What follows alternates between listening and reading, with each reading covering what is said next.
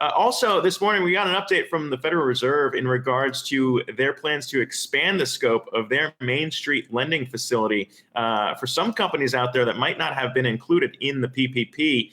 For more on that, I want to get to Brian Chung, who's been tracking that for us. Brian? Yeah, well, the Federal Reserve announcing earlier this morning that it will be expanding the scope of its Main Street lending facility. This is a program that the Federal Reserve is launching to target those companies that are too big to have access to the Paycheck Protection Program that Congress appropriated through the CARES Act, and are also too small, though, to access capital markets. So the Federal Reserve saying that it would originally, this was a few weeks ago when it originally launched the program, it said it was targeting companies with less than 10,000 employees and with revenue of up to $2.5 billion. They've actually raised the ceiling for that now to actually include companies with less than 15,000 employees and with less than $5 billion in annual revenue. So that's going to include more companies and more oil and gas companies that could be specifically in need of a lifeline, especially with the oil prices being as volatile as they have been.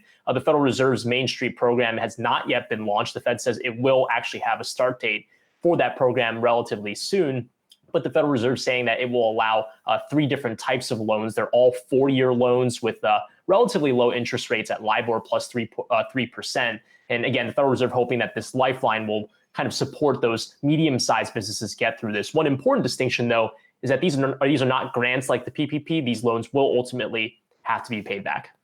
Yeah, and Jay Powell was very clear about that on the call yesterday. He also was pretty clear that they won't have the issue of running out of money like the Paycheck Protection Program ran into there. But let's not just focus on the Fed, because of course there are other central banks out there around the world, and the ECB, interestingly, keeping their interest rates at the point that they've been.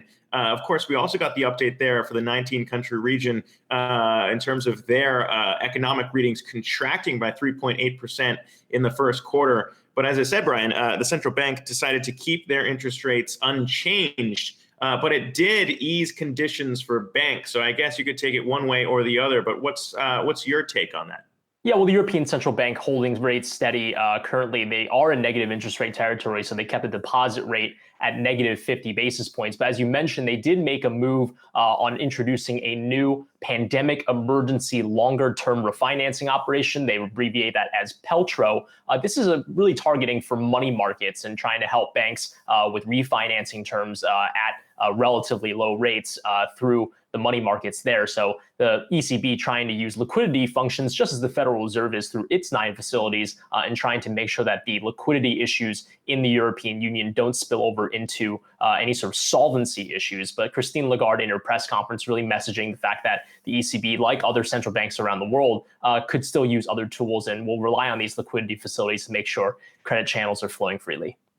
Yeah, same problems, similar problems across the globe when we look at slowdowns tied to the coronavirus outbreak, but very different solutions and levers being pulled across different central banks out there. But Brian Chung, thank you so much for bringing us that.